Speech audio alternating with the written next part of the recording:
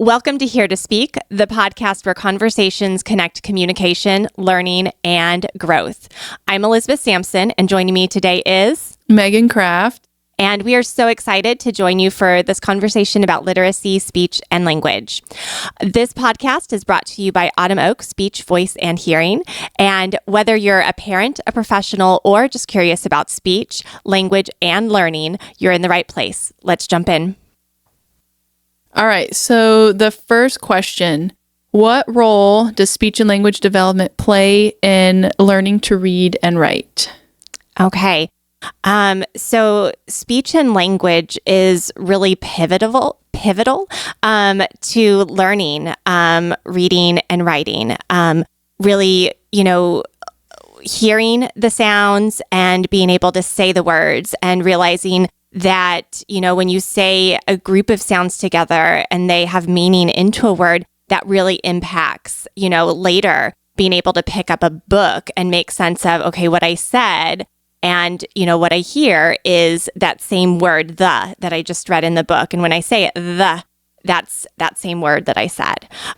So, it's really crucial to developing that spoken word and language. We develop our speech and our language first. And if we have issues with speech and language, that can really impact our reading and our writing abilities, because we need to know how those sounds sound, how those sounds go together to make those words and formulate sentences when we're reading and then when we're writing. So you made a really good point when you mentioned different milestones. So what are some typical milestones that parents can look for at different ages? Yeah, absolutely. So in our pre-K age kiddos, what we would be looking for is, how are they holding the book? Are they holding the book the right way? Do they know, you can turn the page to get to the next page? Also, we would be looking at rhyming. Can they do some of the rhyming? Like brown bear, what do you see? I see a red bird looking at me. So we would be looking at that. As they get older, in early elementary, we would be looking at, cat. What sounds do you hear in that k, k, k? We would also be looking at, can they put those sounds together to formulate a word? Can they decode that word? When they see that word cat in text, can they decode that word to, see that the k, t, all of those sounds are in cat? Can they blend those sounds together to make that word? And as they get older, we would be looking at, how are they comprehending text? Are they able to answer some WH questions about it? Can you tell me what happened? Who are the characters in the story? What was the problem in the story? We would be looking at the comprehension, the inferencing, the predicting what might happen next. What do you think might, what do you think the old lady might find next in this story? What do you think the old lady swallowed all this stuff? What do you think that's going to make?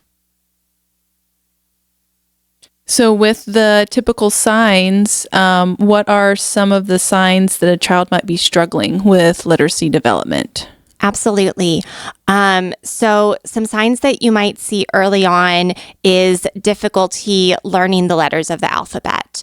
Understanding that A, says A says a, being able to look at that letter and seeing that, that letter right there, that's an A. Understanding that an A looks different than the B. Understanding that the A sounds different than the B sound. You might see difficulty learning nursery rhymes, difficulty with rhyming in books early on. For some of the older kids, you would see that difficulty just breaking down words, difficulty spelling the words, and also just difficulty answering those comprehension questions. And then both when looking at when a kiddo is struggling versus regular milestones, how can an SLP support both reading and writing challenges? Yeah. So as speech and language pathologists, we have a unique opportunity to support our kids who have language and learning difficulties and speech sound difficulties. And so as a speech and language pathologist, we address it from a speech and language perspective. We are not the reading teacher. We are not the dyslexia teacher. Those professionals go through specific trainings to help with that. So, I always recommend if, people are looking for services for dyslexia specifically or, reading disability, you also want to, be sure that they're receiving that instruction from their reading teacher or from a dyslexia teacher. But when it comes to speech and language, we can incorporate books into our sessions. We can address goals. We can address some of the comprehension issues. With kids who have speech sound disorders, they are 20% likely to need services to support reading, possibly special education services. If there's a language disorder, that ups it to about 60%. And so as speech language pathologists, we have a really unique opportunity because we see these kids first. We see these kids when they're itty bitty for, language and for speech sound disorders. So some things that we do are we'll incorporate books in therapy. That's one of my favorite activities to do with my kids. We'll look for words that have our sound with it. If we're working on, cat, or if we're working our g sound, we're going to be looking for, I see corn that has our k sound in it. Do you see that letter C? Corn. And so that's a way that we can address it in therapy. For my older kids, and I'll even do this for some of my pre-K kids, I write out the words on little index cards in therapy. And that way they're getting that written word in addition to me saying the word. And then we'll break down the syllables. If there's a multisyllabic word, we will work on clapping the syllables together or tapping the syllables together. Under the written word, I might put however many dots as for however many syllables there are in that word, and we'll practice that together. I also, for my older kids, I love doing story grammar elements where we talk about, the characters in the story. We talk about the problems in the story, what's going to happen next. And, we'll use common books to do that. And so there's a lot of ways that we can address literacy in our speech and language sessions.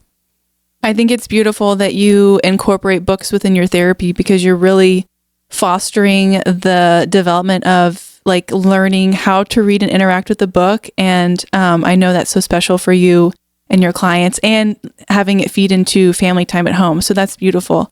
You had mentioned dyslexia a few times. Can you explain how SLPs help children with dyslexia and what that might look like? Absolutely. So for kids who have dyslexia, again, my recommendation is if a child has dyslexia, definitely working with your dyslexia teacher or your reading teacher because they will give you they will give that child that specific training on what they need because there are specific programs that you need specific instruction in. With kids with dyslexia, it depends on what they're working on with me, because kids who have dyslexia, a lot of times you might see that they had previous phonological impairments. So they're not hearing those sounds and that pattern of sounds in words. So what I really like to do in those speech sound sessions is really writing out that word, paying attention to that sound. Look, we wrote out the word summer. Do you hear that? That's our snake sound. Can you do that with me? Look, we have that word summer that has our sound in it that we're working on. And so, building their understanding when they're seeing that sound. And then, we'll do sort of scavenger hunts sometimes too to find, words that have their sound in them. Some of my kids are really cute because as we're reading, they'll be like, ooh, Miss Elizabeth, I found our sound. It has a S in it, and so that's really cool to see because that's, developing their knowledge of print as well. I love that. And you've provided a few examples so far of what you do within your therapy sessions. What are some ways that parents can support their child's literacy at home? Absolutely. From the beginning, I think it's important to incorporate literacy at home. For even when they're babies, you can read to them. When they're itty bitty, they're hearing everything you say, and that stage is critical because we can provide that input. As a mom, I now have a 9-year-old, but as a mom, like when he was itty bitty, after nap time, we would always read 3 or 4 books together. And, that developed his love of reading. And he was, we would like work on turning the pages, and I would get those board books because then as he got older, I think he was like 4 or 5 months, we would have him help us turn the pages. So he was being involved in that literacy process. And then as he got older and developed words, then stopping and pausing in those books that have repetition and then waiting for them to help you out. If you're reading Brown Bear, what do you see? I see a, and then providing that pause time so that they can help you. Using those books that have a lot of repetition is really good. And then as they get older, paying attention to those sounds in those words, and that rhyme. Books with rhythm and rhyme are really good to hear those patterns, and they're also really engaging for kids too. And then as a parent uses these strategies at home and their kids get a little bit older, what should a parent do if they possibly suspect that their child is having difficulty with literacy? Absolutely. So if your child is school age, I recommend talking to your child's teacher and possibly requesting an assessment to see if there is a reading disability. And as a parent, you can do that. That is your right to do that.